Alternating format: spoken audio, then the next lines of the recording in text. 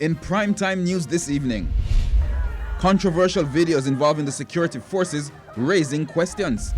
Where's our money? Former PCJ employees still waiting for severance payment months after dismissal. And agriculture officials say drought driving up food prices.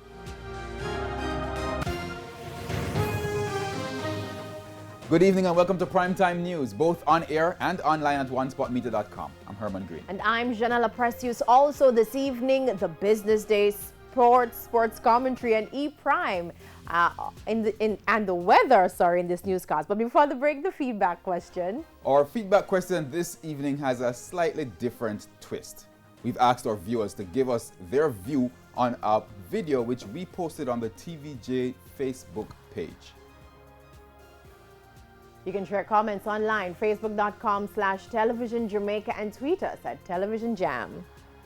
And please stay with us. Primetime News returns right after this break.